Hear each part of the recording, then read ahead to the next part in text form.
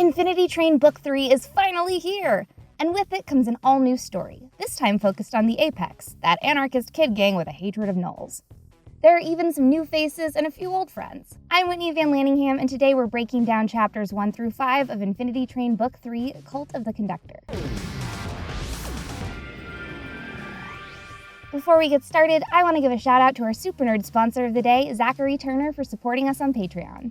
Warning, this video contains major Book 3 spoilers, plus a ton of backstory from Book 2. If you're not caught up on Infinity Train, hit pause right now and log into HBO Max to check out the series. Seriously, HBO Max is the place to show this show your support, so check it out there if you want a Book 4. Now on to Book 3! Okay guys, I can't go any further without saying, Owen Dennis, you son of a gun, you deceived us! Chris and I begged Owen for details on Book 3 when we interviewed him, and he claimed it didn't even exist. Honestly, this was truly the most awesome time I've ever been lied to, because being surprised with Book 3 was incredible. This season is broken up into 3 release dates, August 13th, August 20th, and August 27th. So for this one, we're covering episodes 1 through 5. And holy wow, there's a lot to unpack and a major cliffhanger at the end of these eps.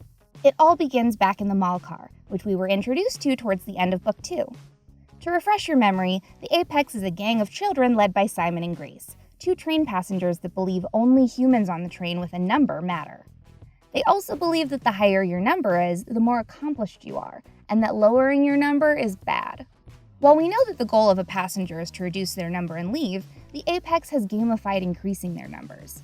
Meaning to get a high score, they've got to be major jerkwads. When they caught Lake, Jesse, and Alan Dracula crossing through the Lucky Cat car, they instantly separated Jesse from the 2 nulls, aka Lake and AD, because he had a number and they didn't. Grace tries to talk Jesse into joining the Apex and working with them to destroy train cars and keep their numbers high, but he breaks free and rescues Lake and Alan Dracula from the other Apex members. Grace ends up calling the flex on Lake. Not cool, and the 3 friends flee before we can get to know the Apex better. This season is all about the top brass of the Apex, and starts with Grace and Simon getting ready to lead a raid on the musical car with their gang of punk children. They bust in during a stage rendition of Empathy Goes, and begin wreaking havoc on the people in the car. Whoever gets their number up the highest by the end of the raid gets their first pick of the goods.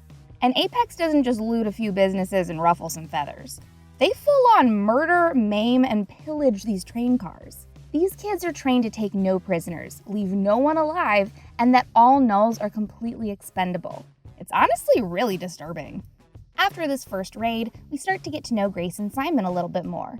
And what we learn isn't exactly warm and fuzzy. Grace is a stone-cold manipulator, even if she masks it with a facade of kindness and fake understanding. She has this serial killer vibe where she thanks you for your contribution with a smile on her face, then dumps your offering in a pile of trash the moment you walk away. And on one hand, yes, you do have to treat kids with kid gloves, but Grace sets herself up as someone who lies about the little things, which tells you that she's willing to lie about bigger and bigger things down the line. Simon, on the other hand, is more straightforward and no BS. He prides himself in being a leader and takes his responsibilities very seriously. He has a zero-tolerance policy for nulls, and will eliminate them with no hesitation whenever possible. Both of them clearly have a strong disdain for nulls, but where Grace will at least entertain them, Simon wants to dispose of them quickly and quietly. We learn even more about Grace and Simon when they get separated from the rest of the Apex after raiding the unfinished car from Book 1. Side quest, one of the turtle guards mentions King Aloysius, the great unifier of the soft and hard-shell turtles. Once stranded in the jungle car, Simon immediately goes on the defensive, and Grace has to talk him into relaxing for a change. Even when he's away from the child punks, he still feels like he's in leadership mode, but Grace manages to get him to be himself for a little while. That is, until the 2 of them are attacked by an unseen force, and we see for the first time how they handle an opponent they're not in control of. Instead of trying to figure out what this mysterious being crashing through the trees is, they immediately set to work trying to trap it and take it down. Even when they have no idea who or what their opponent is, their response is to mercilessly attack it. But surprise! This thing attacks them! And it turns out not to be a thing or an attack. Just a girl named Hazel and her ape friend Tuba playing a prank. It's clear that Hazel hasn't really seen humans in a long time, and this was her very creative way of flagging them down to say hi. Grace and Simon immediately go into sales pitch mode to convince Hazel to join the Apex. But while they're explaining the number system to her, Hazel reveals that the number on her hand doesn't glow.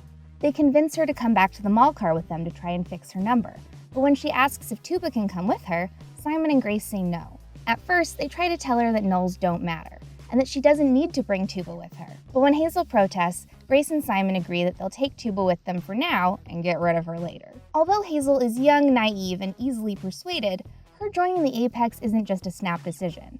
She's never had a family besides Tuba, and has never had the opportunity to play with other kids before. Her lifelong dream has been to live amongst other humans, so Tuba reluctantly agrees to go with her to the Apex headquarters. Tuba is incredibly protective of Hazel, and obviously wary of Simon and Grace, but knows how important it is for Hazel to make friends of her own age and species. As they make their way through more train cars, Grace and Simon explain the Apex to Hazel. They tell her it's a special secret force of kids who fight for their rights aboard the train against the evil 1-1, a robot that somehow eliminated the true conductor. Apex believes that the true conductor was a man in a black helmet with a red squiggle across the front, like the ones that they wear on their faces. The true conductor created the train for humans, but when 1-1 took over, kids started disappearing as their numbers got lower. This army fights against the train's oppression to keep their numbers high, and make sure that they stay on the train for life. Grace is the leader because she has the highest number, and because Simon has the second highest, he's her right-hand man. Of course, we know that the former conductor was Amelia, and that 1-1 actually is the true conductor. It's wild that the Apex doesn't even realize that Amelia is a woman. Of course, they fail to mention that their gang destroys entire train cars, killing and ruining the lives of the creatures within them. Grace and Simon leave out the part where they recklessly persecute nulls, dehumanize them, and show deep prejudice and disdain for them, and make it sound like the Apex is this great place for kids. Not knowing any better, Hazel disavows 1-1 and tells them that she wants to join the Apex and make the train a better place to live. She's a kid, so of course she wants to join the off-brand Lost Boys of the mall car. She literally doesn't know any better because they're omitting so many details. In the next train car, the Debutant car, Grace and Simon show their true colors once more. A null butler greets them, leads them to another room, and instructs them to learn a dance in order to exit the train car. But instead of just learning the dance, Grace and Simon perceive the null and all the other denizens to be a threat. They immediately start planning their attack.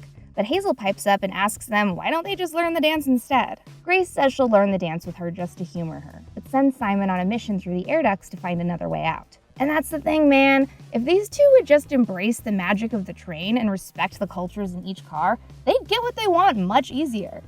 Instead, they've both convinced themselves that fighting is their only way out of all situations, and it's really to their detriment. While Hazel is talking to Grace, we learn that she doesn't remember who her parents are. But there seems to be more to the story than just that. Hazel seems like she's in pain when Grace asks about her dad, so I'm sure we'll find out more about what happened to her family as the season goes on. It turns out that Grace felt pretty lonely as a kid too, and Hazel manages to make her feel better. They agree to learn the dance, and what do you know, they're set free. Because of her bravery and ingenuity, Simon and Grace induct her into the Apex and draw the red squiggle on her face. Of course, they refuse to let Tuba join, and say that it's because she's not a kid. But we all know that it's because they can't stand nulls. And even though it makes Hazel so happy to join, Tuba can't help but feel like she's losing her. The next car they visit is Le Chat Chalet car in its snowy landscape. But during a snowball fight, Grace notices that the number on her arm has begun to lower. This obviously freaks her out because she's supposed to have the highest number.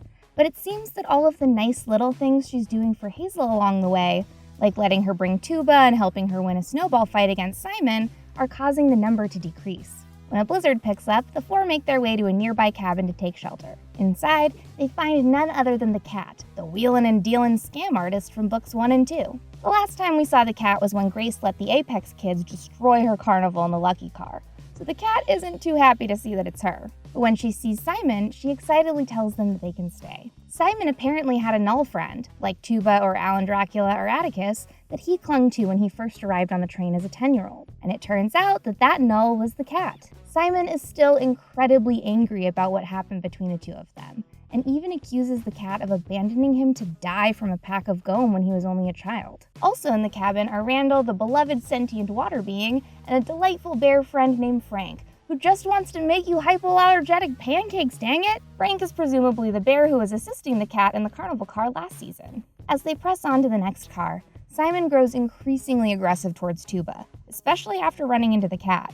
He insists on getting rid of her, but Grace tells him that Tuba is too strong and to wait till they get to the rest of the Apex. Instead, Simon takes this as a challenge to end Tuba himself, even though Grace insists he leave her alone. In the Color Clock car, they meet Roy, a talking clock whose job it is to keep the secret of the puzzle. Roy's name seems to be a shout out to Roy G. Biv, a mnemonic device for remembering the color order of the rainbow. Roy explains that they'll need to use teamwork to get out, and that teamwork starts with two people trusting one another. Hazel insists on partnering Simon with Tuba so that they can work together and become friends, and to both of their chagrin, they begin to crack the puzzle. Grace finally tells Hazel more about nulls. She explains that even though she's never taken the time to get to know them, nulls are still less than zero beings in her eyes. Hazel protests, and Grace reluctantly says that Tuba is one of the good ones, but we all know that's racist as hell. She refuses to even entertain the idea of getting to know the numberless denizens of the train. With Simon and Tuba working together, it finally seems like they might be learning to like each other. Tuba tells Simon about the daughter she lost named Bugle, and how thankful she is that Hazel came into her life. The two of them even share some giggles about Roy, and are able to solve the maze together when Simon figures out that Tuba is red-green colorblind. But just as they're leaving the car, it starts shifting again. Blaming 1-1 for catching on to them, Grace hurries them out the door and onto the platform. She convinces Tuba to throw Hazel across, and Simon promises to go back and save Tuba. However, in the most horrific scene imaginable, Simon steps on Tuba's hand with his electric gravity boots, causing her to fall to her death. This is some real Mufasa falling off Pride Rock energy, and it's so heartbreaking. Simon tells Tuba that she's worthless just before he mercilessly tosses her to the wheels. It brought me back to that scene in Book 2 when Grace tells Jesse to kick a bag of gross candy to the wheels just because he didn't like it. Simon sees Tuba like she's worth about the same as a snack you don't feel like finishing, instead of a real being with thoughts and feelings and a family in Hazel. When Simon boasts about killing Tuba to Grace and Hazel, Hazel bursts into tears and runs away. Grace follows her, but she's really only upset with Simon for messing up their chance to get Hazel to join Apex. In the biggest twist of all time, Grace watches as a sobbing Hazel turns into a turtle beast. Okay, I have so many questions.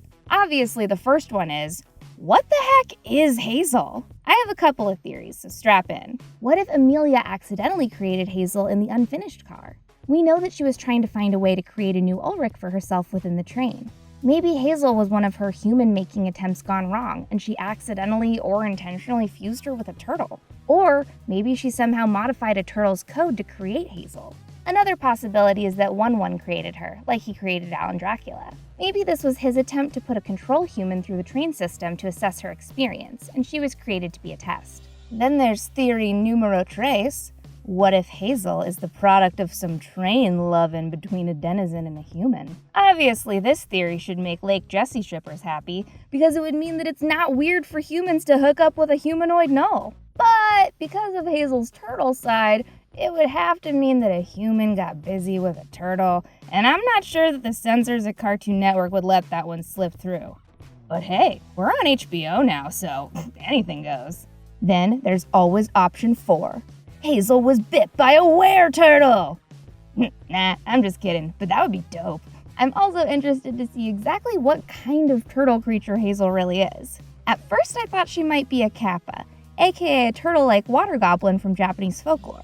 Kappas do have turtle-like carapaces, and they are small and childlike, but I'm not sure if that's what our girl is. For starters, I learned from the internet that kappas fart 3 times as much as humans because they have 3 anuses, and we definitely haven't seen Grace or Simon pass out from her rank flatulence yet. Kappas also have a bowl of water on their heads, and while Hazel is spurting out tears, there's no indication that her head is turning into a miniature pond. Because of her claws, I'm wondering if there might be some kind of other predator mixed in there. They don't look quite like paws or talons, but they definitely don't look like turtle fins. So I think she might have a little something else mixed into her DNA as well. Or maybe I'm wrong and this is a turtle that just really needs a manicure. My next huge question is Tuba actually dead? When we saw Lake kill Mace against the wheels, we physically saw her grind him into the wheel. And even when Jesse tossed the snacks off the edge of the walkway, we saw those suckers hit the wheel as well. Because it's an off-screen death, there's no way of knowing whether or not Tuba actually died. But I don't know, man. I don't think Simon would just toss her and leave. He seemed way too excited about killing her to just walk away. And besides, it just doesn't seem like there's any way for her to have survived. She gave her backpack with that rock in it to Hazel, and she didn't have anything else on her to prevent her fall. Unless those tubas can turn into jetpacks, I'm not sure that Tuba lived through that fall. And based on what we know about the way Owen Dennis loves to kill his characters off screen, even as a joke, this might be a harsh moment that he wants us to experience because it's scary and it's real. But then again, I totally thought that Chewbacca died when that transport exploded in The Rise of Skywalker, so I've been known to be proven wrong. I'm also really curious about what the heck the Apex kids are up to without their leader. My assumption is that the kid who has the highest number took the lead, and I'm sure that Simon had already thought of an Apex procedure for what to do if they ever got separated.